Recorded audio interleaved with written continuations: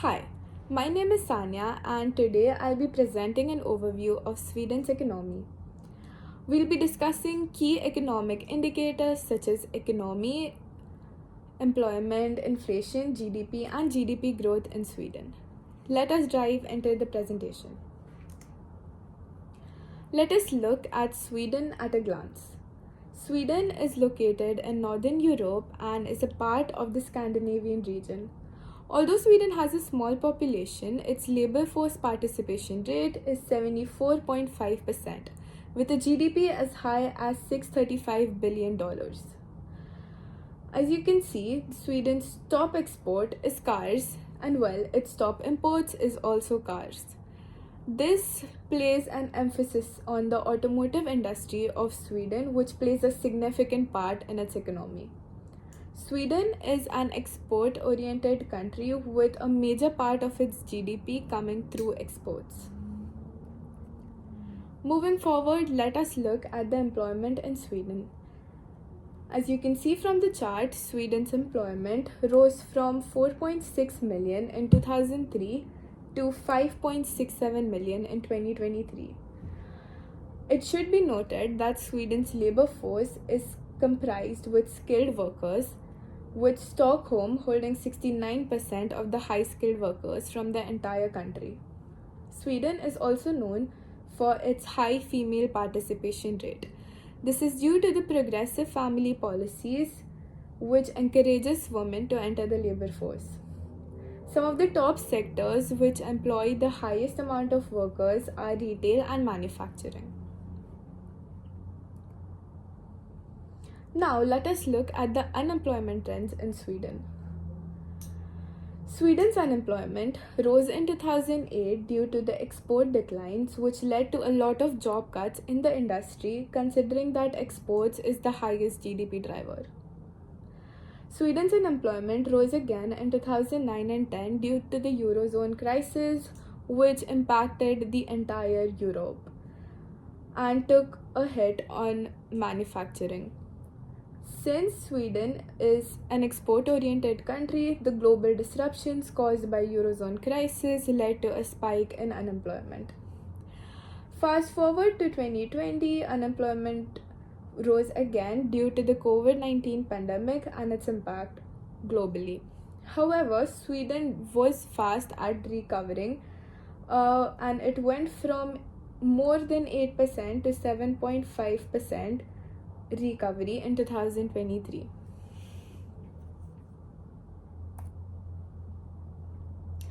Now let us look at the inflation trends in Sweden. As you can see from the chart, it's quite volatile. Sweden's inflation rate was low and stable from 2003 to 2005. However, due to the surge in energy prices in 2008, inflation rose. Coming to 2009, Sweden actually faced deflation due to the global financial crisis that took a hit on all countries globally. You can see that Sweden's inflation remained stable and low from 2012 to 2020. However, it spiked again in 2022 due to the Russia-Ukraine war, which led to global disruptions in the country. Another reason for the spike here is the sudden surge in prices of energy.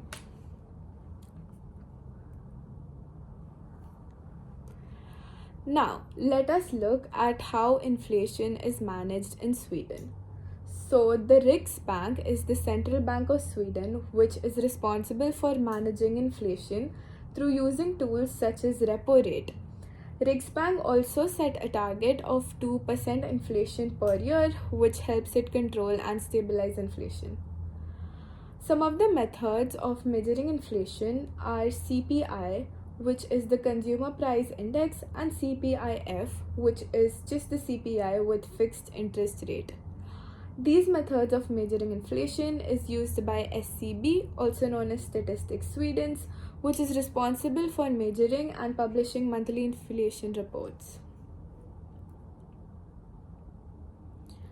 Now, let us look at Sweden's GDP over time. Sweden's GDP had a steady growth from 2003 to 2007. However, once the global crisis hit, Sweden's GDP declined in 2008 and 9. In 2010, you can see a spike in Sweden's GDP. This was due to the strong export recovery of 2010. Sweden's GDP had a low again in 2011 due to the Eurozone crisis.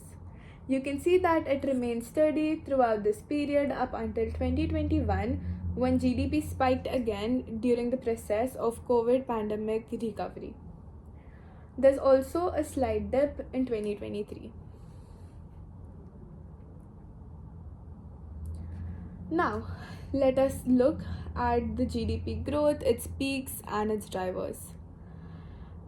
GDP grew in 2010 due to the strong export recovery. It grew again in 2011 due to the post-crisis growth by 2.96%. It kept on growing up until 2012, again due to the post-crisis effects.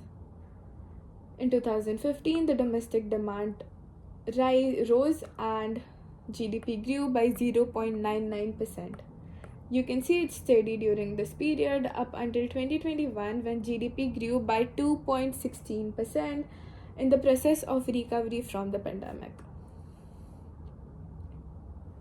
Now, finally, let us look at Sweden's GDP per capita in the last 2 decades. As you can see, there are a lot of highs and lows. Some notable years of growth are 2003 to 2007, where there was an export-driven boom. Another period of growth was 2016 to 2019, where there was a steady expansion in Sweden's GDP per capita. Another growth period can be noted in 2021, which was the post-COVID recovery. Some periods of declines are 2009, which was due to the global financial crisis, which affected every country globally. This was also the major reason Sweden's GDP declined. Another point of decline is 2012, which was the Eurozone crisis, and then fast forward to 2020, Sweden's GDP declined again due to the COVID-19 impact. Some points that we can note about Sweden's GDP per capita is that Sweden's GDP per capita is 0.9% in 2023, which is actually stable compared to the global average. We should also note that Sweden's GDP per capita is highly impacted by export trends as well as Sweden's population stability. Finally, let us come to the conclusion of this presentation and look at Sweden's economic identity overall. Sweden is a highly export-driven country, yet it has been resilient to global shocks. It has shown strong recovery from financial crisis due to its strong domestic policy responses, which were made quickly by the Central Bank of Sweden. GDP growth of Sweden is shaped both by global as well as internal consumption. We saw that Sweden is highly export-oriented, however, its GDP is also being contributed through internal consumption. Stability in GDP per capita reflects balanced growth and population need. Sweden's policies are a mix of modern and traditional policies, which has helped the country become stable and controlled. Sweden balances innovation, it balances exports as well as policies, which makes it a steady economic player despite the global disruptions that it faces. This is it for the presentation. Thank you so much.